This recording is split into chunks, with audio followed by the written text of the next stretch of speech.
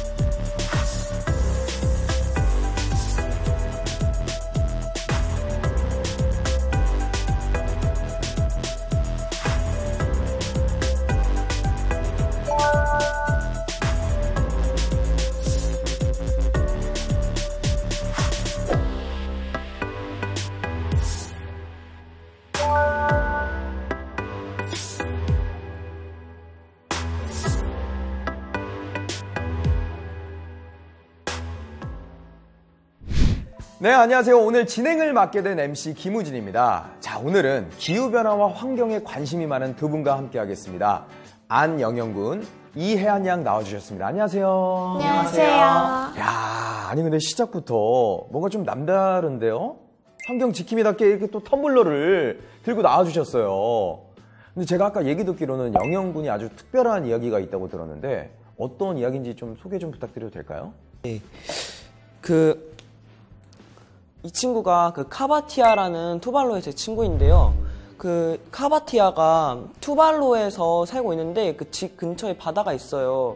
근데 점점 이제 바다가 살고 있던 집이랑 가까워지다가 이제 어느 순간에는 이제 집 안까지 바닷물이 차올랐대요. 해수면 상승 때문에? 네네. 그러다가 이제 자기가 살던 섬까지 바다에 잠겼다고 해가지고 이제 이주를 갔대요, 급하게. 진짜 심각하네요. 사실 전 투바로만의 문제는 아니라고 봐요. 그렇죠. 근데 좀 특별하게 부탁한 것이 있다고 들었는데. 네네. 자기가 살던 투발로로 돌아갈 방법이 있다고 도와달라고 해서요.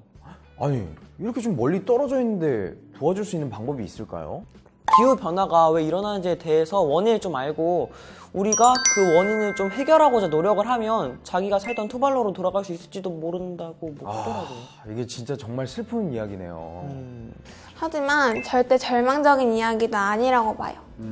모두가 함께 적극적으로 실천해 가면은 카바티아의 소원이 이루어지지 않을까요?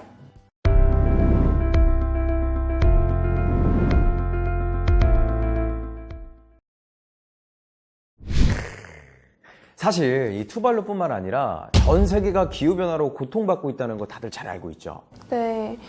요즘 저희 부모님도 여름은 엄청 길고 또 엄청 덥고 가을은 막 도둑 맞은 것 같다고 그러셨어요. 거기다가 신문이나 방송을 보면 점점 기후변화가 빨라지고 있다고 하는데 전 진짜 그게 걱정이 돼요. 맞습니다. 이 지구 역사 중 오랫동안 일정하게 유지되던 기후가 산업화 이후 온실가스가 많이 배출되어 지구의 기온이 올라가고 기후변화가 심각해졌어요. 예를 들어 해수면이 상승하는가 하면 온대 기후에 속하는 우리나라가 아열대화 돼가고 있는 거죠. 사실 이렇게 폭염, 홍수, 태풍 등 이상 기후현상이 자주 일어나면 우리 생활에도 큰 영향을 끼치겠지. 그렇지, 당연히 심각하지.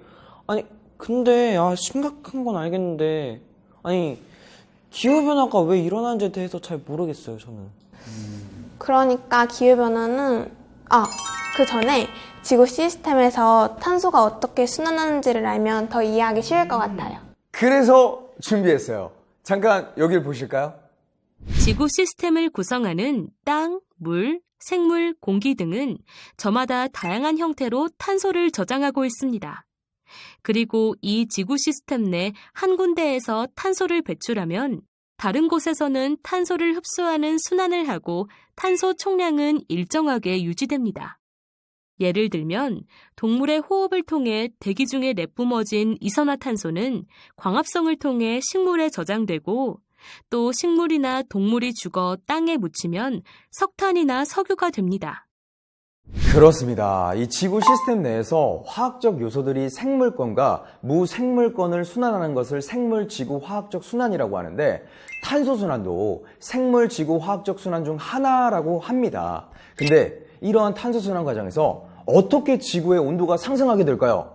궁금하지 않나요? 네. 잠시 자료 한번 볼까요? 보시죠. 대기 중으로 배출된 탄소는 산림, 해양, 토양 등에 흡수되고 나머지는 대기 중에 축적됩니다.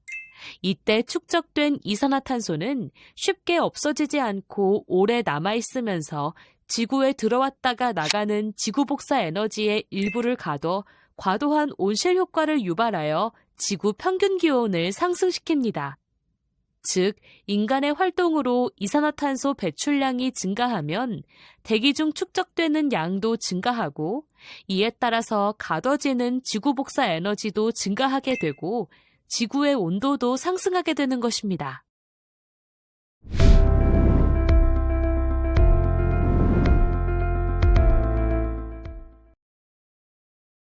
사실 이 기후변화가 발생하는 원인에는 화산 활동이라든지 태양 에너지 변화와 같은 자연적 요인도 있지만 오랜 지구 역사 중에서 최근 100여 년 동안에 이렇게 심각해진 원인이 무엇일까요? 저요. 오, 얘기해봐요. 산업화 이후 화석 연료 연소라든지 산림 벌채 등으로 인한 많은 온실가스 배출이 원인이에요. 그렇습니다. 어우, 영영 학생 진짜 잘 알고 있네요. 야. 자, 그렇다면은 지금의 기후변화 문제의 주변 원인이 인간 활동에 따른 것이라는 것을 어떻게 알았을지 자료 화면을 잠깐 한번 보고 올까요? 지구의 기온은 과거 빙하기와 간빙기를 오가면서 긴 시간을 두고 변화해 왔습니다. 마지막 간빙기는 만년에 걸쳐 지구 온도가 4도 상승했는데요. 반면 산업화 이후 100년 만에 평균 기온이 1도 이상 상승할 만큼 기온 변화 속도가 매우 빨라졌습니다. 이에 1990년대 이후 기후변화 탐지와 원인 규명을 위한 연구 결과 인위적 요인이 지구온도 상승, 빙하 감소, 해양 연료량을 증가시켰다는 것을 과학적으로 확인했습니다. 또한 2021년 8월 기후변화에 관한 정부 간 협의체 IPCC에서 발표한 6차 보고서에서 인간 활동을 지구 평균 기온이 산업화 이전 대비 1.1도씩 상승하게 된 주요 원인으로 발표했습니다. 과거 170년 동안 전 지구 지표면 온도 변화를 인간 활동으로 인한 것과 자연적인 것으로 구분하여 비교하였는데 화산 활동, 지구 시스템 순환 등 자연적 요인은 큰 영향을 미치지 않은 반면 화석연료 연소에 따른 온실가스 발생 등 인위적 요인으로 지구 평균 기온이 산업화 이전 대비 0.8에서 1.3도씩 높아진 것으로 밝혀졌습니다. 그리고 대기 중 이산화탄소 농도가 산업화 이전에는 280 ppm이었으나 2019년 410.5 ppm으로 약 40% 증가했고 이 수치는 지난 200만 년 중 가장 높은 수준입니다. 네, 이렇게 봤어요. 대기 중 이산화탄소 농도가 증가하면서 지구 평균 온도도 올라갔네요. 그렇죠. 지금도 지구의 평균 기온은 계속해서 오르고 있어요. 사실 이렇게 지구 온난화를 유발하는 온실가스가 이산화탄소 외에도 또 있대. 그래? 맞습니다. 이 기후변화협약에서는 교토 의정서를 통해 규제가 필요한 온실가스를 총 7가지로 규정했죠.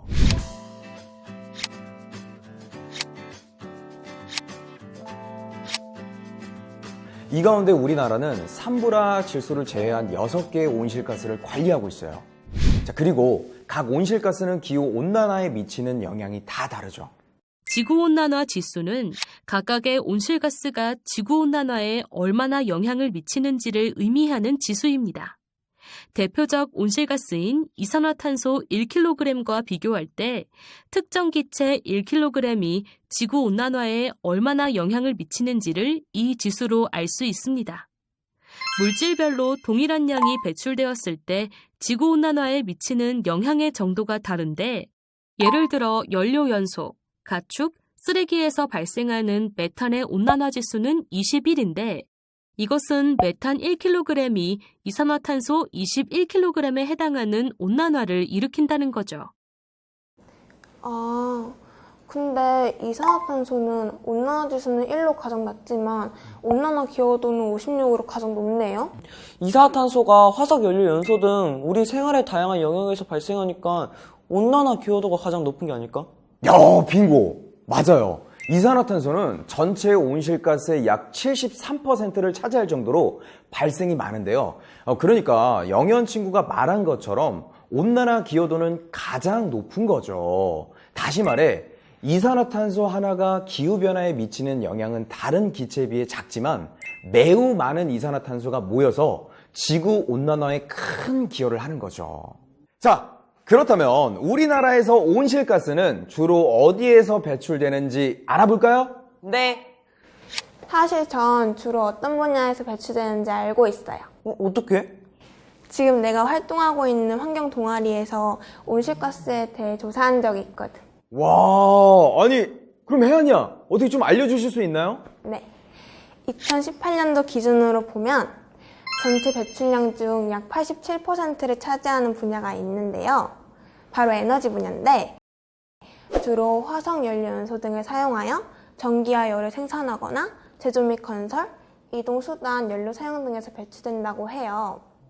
그리고 우리나라에서 사용하는 전기는 석탄과 LNG와 같이 온실가스가 많이 배출되는 화석 연료를 사용한 화력 발전소에서 만드는데요.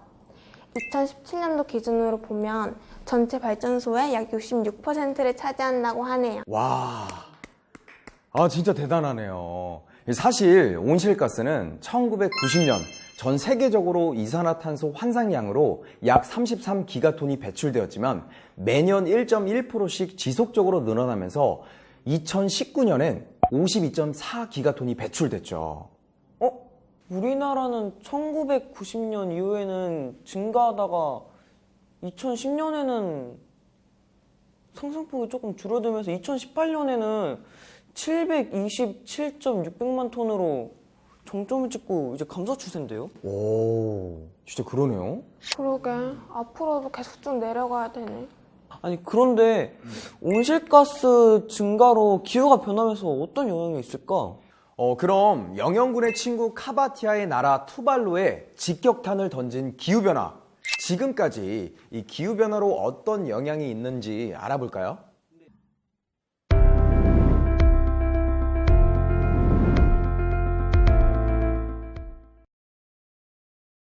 자, 우선 지난 10년간 지구 평균 기온은 산업화 이전 대비 1.09도씩 상승을 했고 이로 인하여 폭염, 홍수, 태풍 등 다양한 이상기후 현상 등이 더 자주 발생하고 있어요. 1도시요? 지금 반응은 고작 1도씨 막 이런 반응인데 아닌가요? 아니 네. 사실 생각한 것보다 좀 낮은 것 같아서요.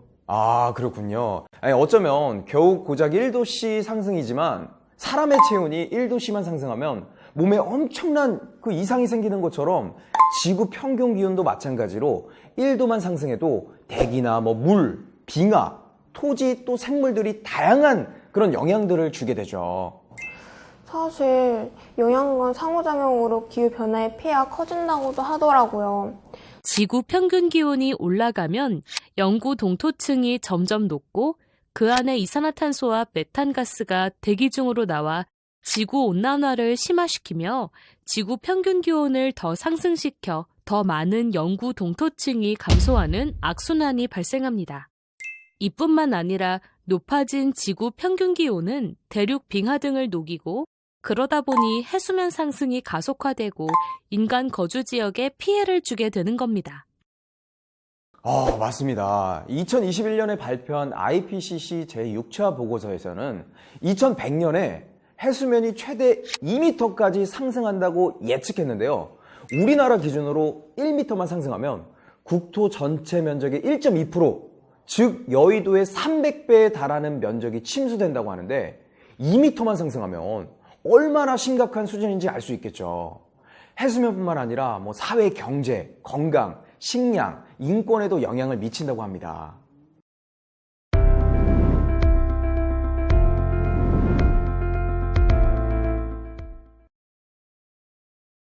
자, 지금까지 기후변화에 대해 많은 것들을 알아봤는데요. 그렇다면 미래의 기후변화가 어느 정도 심각할지 예측할 수 있을까요? 어쩌면 예측 가능하지 않을까요? 오, 좋습니다. 자, 그러면은 이 부분도 자료화면으로 한번 봐볼까요?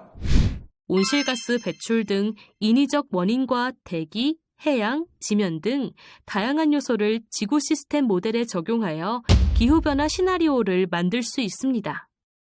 미래 기후를 예측하여 미래의 영향을 알아보고 이로 인한 피해 예방을 위한 대책을 세우는 데 활용할 수도 있습니다. 대표적인 기후변화 시나리오로는 공통사회 경제 경로가 있습니다. 공통사회 경제 경로는 2021년에 발표된 IPCC 제6차 평가보고서에 사용된 시나리오인데요. 기후변화 적응 및 온실가스 감축을 위한 노력에 따라 5가지 시나리오로 구분되어 있습니다. 실제 시나리오를 살펴보면 사회 발전이 잘 되고 있을 때 온실가스 감축을 잘하거나 못한 경우, 그리고 사회 발전이 더딜 때 온실가스 감축을 잘하거나 못한 경우, 그리고 사회 발전 정도와 온실가스 감축이 중간 정도인 경우로 구분할 수 있습니다. 공통사회 경제 경로의 시나리오에 따르면 우리의 노력에 따라 미래 후반기 전 지구 평균 기온 전망은 최소 1.4도씨에서 최대 4.4도씨까지 상승할 수 있습니다. 한반도 평균 기온은 공통사회 경제 경로의 시나리오에 따라 2020년에서 2040년인 미래 전반기까지 연평균 기온 상승은 비슷하나 2080년에서 2100년인 미래 후반기에 최저 배출 시나리오에서 2.6도씨, 최고 배출 시나리오에서 7.0도씨까지 상승할 것으로 전망하고 있습니다.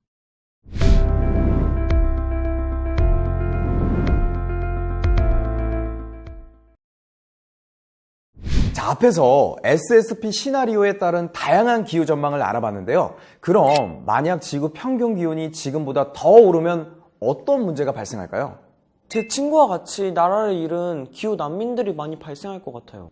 맞아요. IPCC에서는 2018년 지구온난화 1.5도씨 특별 보고서를 통해 1.5도, 2.0도 상승에 따른 영향을 구체적으로 제시했는데요. 궁금하지 않나요? 네, 좀 궁금해요. 궁금해요? 자, 이 표를 통해 0.5도 차이로 얼마나 피해를 줄일 수 있을지 한번 확인해 보면요. 지구 평균 기온이 산업화 이전과 비교해 2.0도씨만 올라도 많은 피해가 발생하는데 4.4도씨까지 오르면 얼마나 극심한 피해가 예측될지 좀 그냥 감이 다 더워가지고 막 들어 놓을 것 같은데요. 그러니까요. 좀 감이 오지 않나요? 예.